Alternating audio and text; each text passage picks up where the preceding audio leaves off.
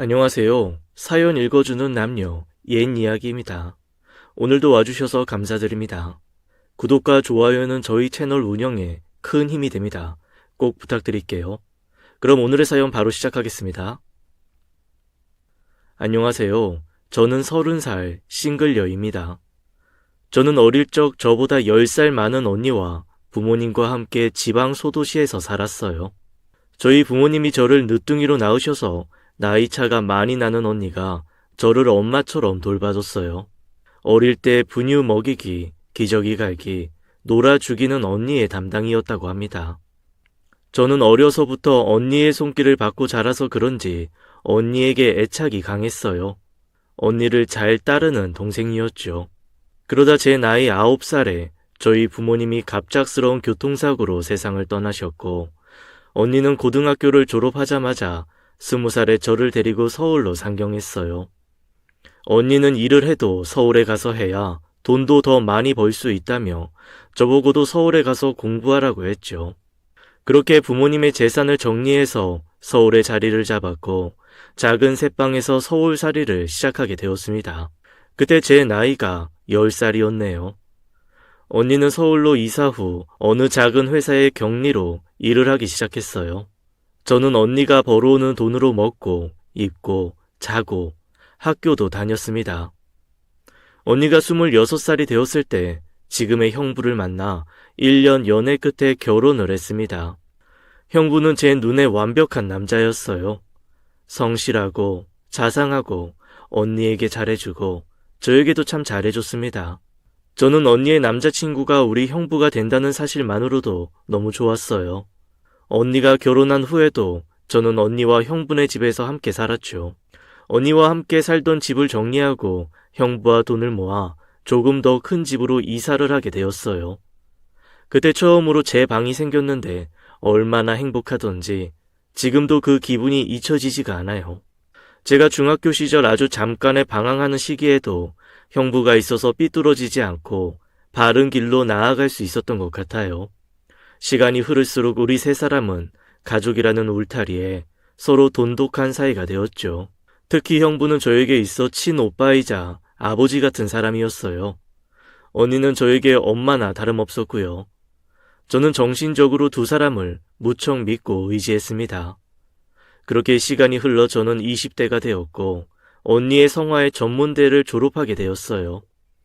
사실 저는 공부에는 흥미가 없었는데 언니는 저에게 너만이라도 꼭 대학을 가라고 성화였죠. 본인은 상황이 안 돼서 대학을 다니지 못한 게 한이었나 봐요.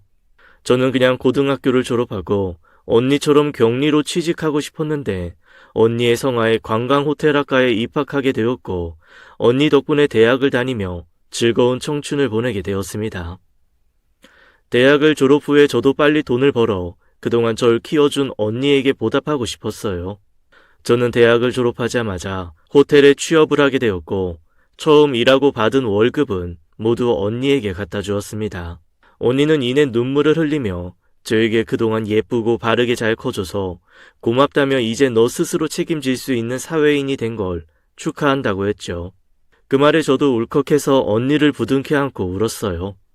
고마움과 기쁨의 눈물이었습니다. 그러다 제 나이 25살이 되었을 때 형부가 한 남자를 소개시켜 주었어요. 사실 저는 소개팅할 마음이 없었는데 형부의 친구가 형부 지갑 속에 있는 제 사진을 보고는 저를 꼭 좀 만나게 해달라고 부탁한 거였어요. 저도 형부의 부탁이라 흔쾌히 소개팅을 하게 되었죠. 그 자리에는 주선자인 형부와 저, 그리고 소개팅 남과 함께하게 되었습니다. 내가 우리 처제 엄청 아끼는 거 알지? 내가 큰맘 먹고 소개시켜주는 거니까 진짜 잘해라. 알았어. 아이 말 안 해도 잘할 거니까 넌 걱정하지 말고 그만 가봐. 그런데 그때 갑자기 저희 언니가 소개팅하던 카페로 들어오더니 형부에게 화를 내더군요. 당신 내가 지수 소개팅해주지 말라고 했지? 형주씨 미안해요. 제 동생 데리고 갈게요.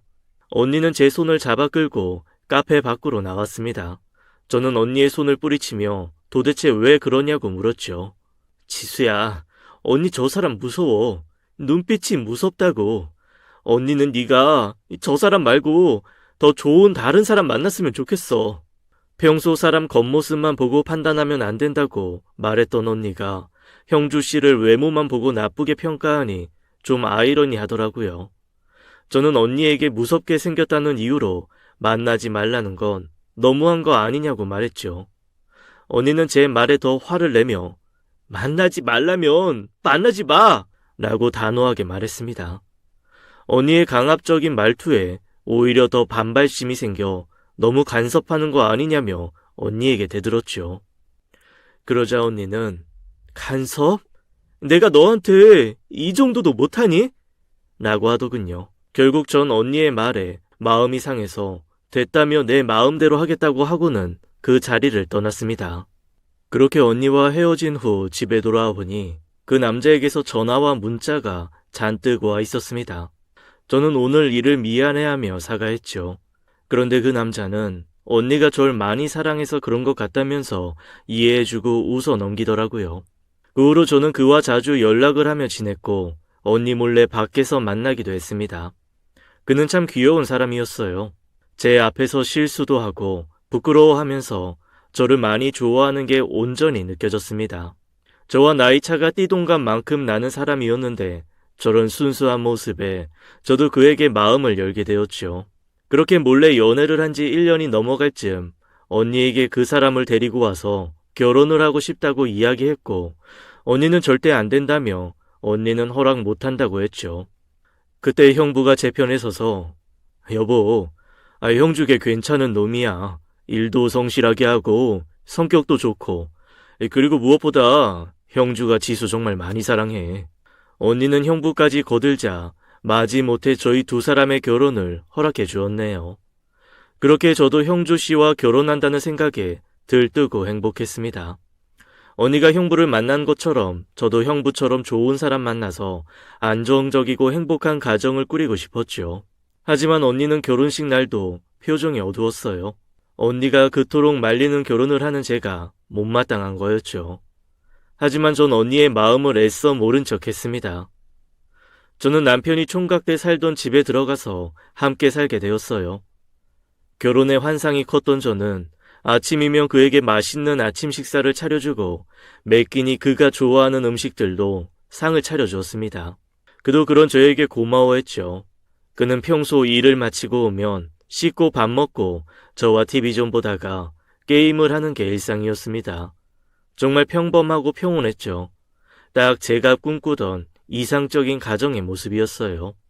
그러던 어느 날 남편이 안방에서 미친 사람처럼 소리를 질렀습니다.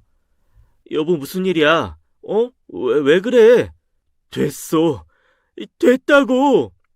되긴 뭐가 됐다는 거야? 복권 당첨됐다고. 1등 됐다고. 여보, 이제 내가 여보 호강시켜줄게. 그날 남편은 절 꼭 안아줬고 그날부터 행복의 나날이 시작될 줄만 알았어요. 돈이 없던 사람이 갑자기 돈이 많아지면 그 사람의 본성이 나온다고 했던가요? 남편은 로또 당첨금을 수령하자마자 일을 그만둬버렸어요. 평소 안 잊고 깨 굴던 상사 책상에 커피를 잔뜩 부으며 사표를 얼굴에 내던졌다네요. 신나게 얘기하는 남편을 보는데 저는 속으로 그건 좀 아닌 것 같다는 생각이 들었죠. 이 사람이 원래 이런 사람이었나 싶었습니다. 그 후로 남편은 집에서 게임만 하기 시작했어요. 술, 담배, 게임. 이 세 가지가 이 남자 인생의 전부였죠. 게임에 많은 돈을 쏟아부었고 게임 속에서 자기 마음대로 한다면 고가의 아이템을 사기 시작했습니다. 저는 태어나서 게임 아이템이 이렇게 비싼 건지 몰랐어요. 무려 3천만 원짜리 아이템을 산 남편을 보자 저도 인내심의 한계가 다다랐고 결국 남편에게 잔소리를 하게 되었죠. 여보, 당신 해도 너무한 거 아니야? 이제 게임 좀 그만하고 정신 좀 차려. 당신 일 안 할 거야? 이제 취업할 회사도 알아봐야지. 언제까지 집에서 이렇게 빈둥거리면서 돈만 축내고 살 건데. 뭐? 빈둥? 돈만 축내? 이게 어디서 남편한테 정신을 차리라 말아야. 니까짓 게 뭐라도 되는 줄 알아? 야, 어디 감히 하늘 같은 남편이 게임 중이신데 초를 쳐? 저는 그날 처음으로 남편의 돌변한 눈빛을 보았고 남편에게 온몸을 맞아 정신을 놓아버렸습니다. 정신을 차린 후에도 남편에게 맞은 충격이 너무 커서 경찰에 신고할 생각도 못했어요. 저는 방에 쓰러진 채로 피를 흘리며 눈물만 흘렸습니다. 언니가 그렇게 말렸는데 내가 왜 언니 말을 안 들었을까 처음으로 후회가 되는 날이었어요. 다음 날 남편은 백화점에서 쇼핑을 했는지 손에 쇼핑백을 잔뜩 들고 나타났죠. 저에게 미안하다며 세상 다정한 남자처럼 안아주고는 자기가 잘못했다고 무릎을 꿇고 빌더군요. 그러면서 소파 위에 당신 선물 사놨다고 한번 보라며 제 앞에 명품 가방이며 옷들을 꺼내어 보여주었습니다. 남편은 어제 자기가 술을 많이 마셔서 큰 실수한 것 같다며 용서를 빌었고 제가 용서해주기 전까지 절대로 일어나지 않겠다는 말에 저는 하는 수 없이 그를 용서해 주었네요. 하지만 한 번이 어렵지 다음부턴 쉽다는 말이 있죠. 그 후로 남편은 툭하면 자기 기분이 안 좋을 때마다 절 때렸습니다. 이제 일상에서 뺨 막는 것 정도는 아무것도 아닌 일이 되었죠. 일주일에 한 번 정도는 남편의 발에 배가 걷어차여 날아갔던 것 같아요. 남편에게 맞을 때마다 언니와 형부에게 달려갈까 생각했지만 언니에게 이렇게 사는 모습을 보여줄 수 없었습니다. 왜냐하면 언니가 알면 너무 속상해할 것 같았으니까요. 그렇게 하루하루 그를 참아내며 지냈습니다. 부부 관계도 그가 원할 때마다 해야 했고 저는 이 집에서 아내가 아닌 가정부와 성욕풀이 대상일 뿐이었습니다. 그러다 결혼한 지 1년 만에 임신한 걸 알게 되었고 남편에게도 이 사실을 말했습니다. 남편은 축하한다며 무척 좋아했어요. 저는 이대로 남편이 정신을 차리고 아빠로서 남편으로서 다시 좋은 사람으로 돌아오진 않을까 내심 기대를 했습니다. 하지만 이미 변해버린 남편은 늘 술과 담배에 쩔어 게임만 해댔고 임신한 제게 매질도 멈추지 않았어요. 임신 3개월이 되었을 무렵 남편이 무슨 바람이 불었는지 친정 언니네 놀러 가자며 백화점에 들려 옷이랑 명품 가방을 사들고는 언니네 집으로 가게 되었네요. 남편은 평소 친정 언니에게 악감정을 갖고 있었어요. 친정 언니가 결혼 전부터 저와 남편의 만남 자체를 반대했고 결혼할 때도 호의적이지 않았으니까요. 그럼 그가 갑자기 언니네 가자고 하니 싫을 이유가 없었습니다. 왜냐하면 그의 허락이 없으면 전 그동안 집 밖에 마음 편히 나온 적이 없었거든요. 언니를 만난 지도 정말 오래돼서 언니와 형부가 너무너무 보고 싶었죠. 저와 남편은 기분 좋게 쇼핑백을 한가득 손에 들고 언니네 방문했어요. 하지만 언니는 선물을 사들고 와 거들먹거리는 남편의 모습을 보고는 못마땅해 했습니다. 제부, 로또 됐다고 돈 너무 막 쓰는 거 아니에요? 이제 저축도 하고 일도 시작해야죠. 아우 진짜 저축. 처형, 볼 때마다 그 말 좀 그만할 수 없어요? 이래서 가난한 것들은 티가 난다니까. 뭐라고요? 야 김영주, 너 말이 너무 심한 거 아니야? 당장 사과하지 못해? 야 임마, 너도 그래. 처형이 쥐꼬리만한 월급 받아오는데 도대체 언제까지 처형한테 빨대 꽂고 살래? 넌 쪽팔리지도 않냐? 뭐 이 자식아? 당장 나가. 당장! 내 집에서 당장 꺼지라고! 언니 대체 왜 그래? 이가 언니 생각해서 이렇게 사왔는데 언니 너무하는 거 아니야? 뭐 너무해?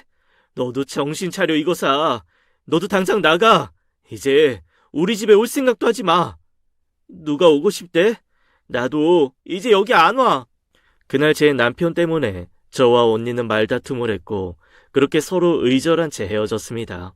그동안 언니와 왕래를 못해서 몰랐는데 형부가 직장에서 실직한 바람에 4개월째 백수로 지내고 있었다네요.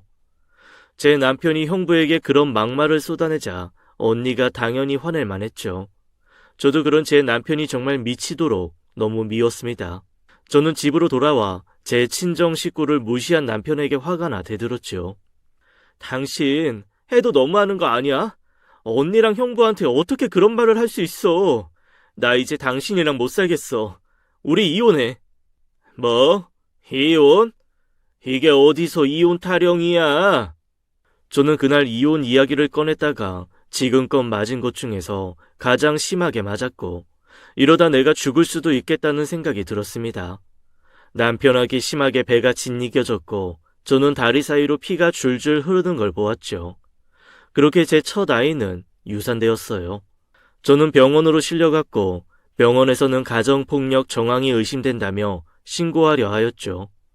하지만 전 계단에서 구른 거라고 거짓말을 해야 했어요. 그렇지 않으면 남편이 당장 언니와 형부를 찾아가 전부 죽이겠다고 했으니까요. 남편은 병원에서 세상 다정한 남편인 척 연기했습니다. 전 아이를 잃은 슬픔도 컸지만 병원에 있는 동안만이라도 남편에게서 해방된 기분에 한편으론 마음이 편했네요. 그렇게 며칠이 지나 퇴원을 했고 집으로 돌아와 똑같은 일상을 보냈습니다. 아직 몸을 다 추스리지도 못한 어느 날 아파서 누워있는 제게 남편이 담배를 사오라고 시키더군요. 저는 슈퍼에 갈 채비를 했고 남편이 화장실에 간 사이에 잽싸게 가방을 싸서 나왔습니다. 집에서 나와 도망을 치는데 혹시나 남편이 내가 짐 싸서 나간 걸 알아챘을까봐 가슴이 두근거렸어요. 뒤에 남편이 쫓아오는 건 아닌지 불안해하며 계속 뒤를 돌아보았고 집에서 어느 정도 멀어졌을 때쯤에서야 마음이 놓였습니다. 그런데 막상 집을 나오니 어디로 가야 할지 모르겠더군요. 제가 아는 곳이라곤 언니네뿐이었죠. 하지만 언니에게 이런 몰골을 보일 순 없었어요. 저는 형부에게 전화를 걸었습니다. 형부네 집 근처에서 형부를 만났고 형부는 멍든 제 얼굴을 보고는 울더군요. 이게 어떻게 된 거야? 그 자식이 이런 거야? 처제 내가 정말 미안해. 그런 놈인 줄도 모르고 내가. 형부는 절 안아주며 한참을 울었습니다. 지수야, 그러지 말고 우리 경찰에 신고하자. 형부, 그건 절대로 안 돼요. 그럼 그 사람이 진짜로 저 죽일지도 몰라요. 저 당분간만 지낼 곳 없을까요? 그럼 우리 집으로 가자. 그건 안 돼요. 언니가 저 이런 거 알면 언니 쓰러져요. 형부는 저에게 지갑에 있는 돈을 다 빼서 주고는 일단 모텔에서라도 지내고 있으라고 했습니다. 저는 그 돈으로 찜질방에 갔어요. 거기서 며칠을 지냈죠. 형부가 준 돈도 다 떨어져 갈 때쯤 형부에게서 연락이 왔습니다. 지수야, 언니 출장 갔어. 일주일간 집에 안 들어온다니까 우리 집으로 어서 와. 저는 언니 몰래 언니네 집으로 갔어요. 그리고 언니가 없는 동안만 그곳에서 지낼 생각이었습니다. 형부는 저에게 편히 쉬라며 안방을 내어주었죠. 저는 그동안 몸도 마음도 너무 지쳐 있었는지 침대에 눕자마자 잠이 들었습니다. 한참을 자고 일어나니 형부가 밥을 한 상 차려 내어주며 어서 먹으라고 했죠. 어제 돈이 다 떨어져서 쫄쫄 굶고 있던 저는 형부가 차려준 음식을 보자마자 허겁지겁 먹었습니다. 음식을 먹다 보니 처량한 내 신세가 슬퍼 눈물이 왈컥 쏟아졌어요. 형부도 저를 달래주다가 안쓰러워하는 마음에 눈물을 흘리더군요. 그날 형부와 함께 부둥켜 안고 엉엉 울었네요. 형부네 머문 지 5일째 되던 날 집으로 남편이 찾아왔더군요. 저는 재빨리 베란다 창고에 숨었어요. 남편은 제 이름을 부르며 집으로 들어왔고 여기저기 뒤지기 시작했죠. 형부는 지수를 왜 여기서 찾냐며 당장 나가라고 소리쳤고 너 같은 친구 둔 적 없다고 다시는 우리 집에 오지 말라며 남편을 쫓아냈습니다. 저는 두근거리는 심장을 진정시키고 창고에서 나왔네요. 형부는 제가 아무래도 여기 계속 있으면 형주가 또다시 찾아올지 모른다며 다른 곳으로 가자고 했습니다.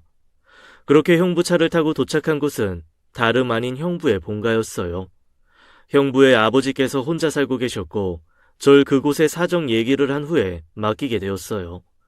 그렇게 이곳에서 일주일 정도 지냈을 때 제가 샤워를 마치고 욕실을 나오는데 그곳에 언니가 서 있었습니다. 저는 너무 깜짝 놀라 심장이 멎는 줄 알았네요. 언니는 언니의 시아버지께 반찬을 해서 갖다 주러 온 거였죠. 저와 마주친 언니도 저 못지않게 깜짝 놀라며 네가 왜 거기서 나와? 라고 물었습니다. 그때 시아버지가 어리둥절해 하시며 사돈 처녀 우리 집에 와 있기로 한 거 너도 다 알고 있는 거 아니었냐며 얘기하셨죠. 그때 마침 형부가 들어왔습니다. 형부는 당황하며 횡설수설 상황을 설명하려 했지만 언니는 시아버지께 다음에 찾아뵙겠다며 인사를 하고는 저와 형부를 끌고 나갔죠. 형부는 저에게 처제, 우리 이제 그냥 다 말하자 라고 했고 저는 안 된다고 우겼어요. 언니는 저희 둘을 보며 황당해하며 한편 화도 나 있었죠. 동생인 제가 형부네 본가에서 살고 있었으니 얼마나 이 상황이 이상하고 이해가 안 됐겠어요. 그런데 그때 제 남편이 걸어오더군요. 어떻게 알았는지 저를 찾으려 형부의 본가까지 찾아온 거였죠. 당신 여기 있었네. 한참 찾았잖아. 지수는 제가 할 말이 있어서 제가 데려갈게요, 저요. 형부는 안 된다며 저를 못 데리고 가게 하려고 막았습니다. 그러자 언니가 그냥 가게 냅둬. 어차피 우리 얼굴 안 보기로 한 애였어. 라고 했고 저는 그렇게 남편 손에 이끌려서 집으로 갔습니다. 집으로 간 저는 미친 사람처럼 소리를 지르고 물건도 집어던졌어요. 여보, 제발 이혼해줘. 당신이랑 더 이상은 같이 못 살겠어. 제발 이혼해달라고. 제발. 뭐? 이혼? 이게 돌았나? 내가 이혼 얘기 2번 다시 꺼내지 말라고 했지? 어디서 감히 이혼 얘기야? 오늘 진짜 죽어볼래? 퍽퍽. 저는 남편에게 또 맞았습니다. 맞으면서 내가 오늘은 진짜 죽을 수도 있겠구나 싶었죠. 저는 더 이상 저항할 힘도 없어 바닥에 쓰러져 남편이 때리면 때리는 대로 다 맞았네요. 그런데 갑자기 현관문 두드리는 소리가 들렸어요. 당장 문 열어! 지수야! 지수야! 쾅쾅쾅쾅 현관문 두드리는 소리가 나자 남편이 문을 열었고 언니가 저에게로 달려와 쓰러져 있는 저를 감싸 안았죠. 지수야, 지수야 괜찮아? 어떡해. 몰골이 이게 뭐야. 저놈한테 맞고 사는 거 그동안 왜 숨겼어? 언니한테 얘기를 했어야지. 이렇게 될 때까지 왜 참은 거야? 언니는 저를 부둥켜 안고 오열했습니다. 언니는 저를 내려놓고는 남편 놈에게 소리치며 달려들었어요. 어떻게 애를 이 지경으로 만들 수가 있어? 네가 사람이야? 이 나쁜 놈아! 남편 놈은 언니를 밀쳐버렸고 언니는 바닥에 내팽겨 쳐지며 쓰러졌습니다. 형부는 언니까지 다치게 하자 남편 놈에게 달려들어 몸싸움을 벌였습니다. 취미로 권투를 배웠던 형부는 남편 놈의 턱을 날렸고 남편은 순간 정신을 잃고 쓰러졌어요. 그때 형부가 언니와 저를 챙겨서 차에 태웠고 저희는 경찰서로 향했죠. 그런데 잠깐 기절했던 남편도 깨어나 저희를 뒤쫓아오기 시작했습니다. 저희는 미친 듯이 도망을 갔고 그놈도 미친놈처럼 따라오더군요. 그러다 교차로에서 순간 형부는 속력을 내서 신호를 건넜고 그놈은 빨간불로 바뀐 교차로에 그대로 직진을 했습니다. 결국 우측에서 오던 트럭이 그놈의 차를 들이박았고 남편은 창문 밖으로 튕겨져 나왔죠. 사고가 크게 났고 형부는 갓길에 차를 세우고 내렸습니다. 저도 덜덜 떨며 내렸고 그놈이 쓰러져 있는 곳으로 갔죠. 트럭 기사는 재수온 붙었다며 욕을 해대고는 119가 아닌 보험회사에 먼저 전화를 걸더군요. 어느 정도 의식이 남아있던 그놈은 제 다리를 붙잡고는 아주 작은 목소리로 말했습니다. 제발 구급차 좀 불러줘. 부탁이야 여보. 살고 싶으면 잘못했다고 빌어. 라고 조용히 속삭였습니다. 잘못했어. 잘못했으니까 빨리. 저는 그동안의 서름이 복받쳐 눈물을 흘리며 아주 천천히 구급차를 불렀습니다. 경찰과 구급차가 와서 형부는 경찰에게 사고 경위를 진술했고 저는 그놈과 함께 구급차를 타고 병원으로 갔습니다. 그놈은 목 척추뼈, 아래턱, 코뼈, 갈비뼈가 골절되고 허리 척추도 손상되어 결국 사지가 마비되었죠. 그놈은 자가 호흡만 가능한 상태가 되었습니다. 나를 그렇게 괴롭히던 놈이 이제는 스스로 먹지도 싸지도 못하는 상태가 된 거죠. 저는 병원에서 열심히 내조를 하며 남편 곁을 지켰습니다. 그리고 매일 밤 남편에게 속삭였어요. 여보, 빨리 죽어. 남편이 제게 했던 것처럼 남들이 볼 땐 전 천사 같은 아내였죠. 이게 제가 하는 처음이자 마지막 복수였어요. 그렇게 남편은 2주일을 못 버티고 결국 내사 판정을 받아 저 세상으로 갔습니다. 남편의 장례식을 치르는데 남편을 찾아오는 친구가 한 명도 없었어요. 형부 말에 의하면 남편이 로또가 당첨된 후 주변 친구들을 무시했고 친구들 사이에 남편의 험담이 돌았다고 했습니다. 부모 형제도 없던 남편이었기에 장례식장은 정말 쓸쓸하게 지나갔네요. 장례식이 끝나고 집안을 정리하기 시작했습니다.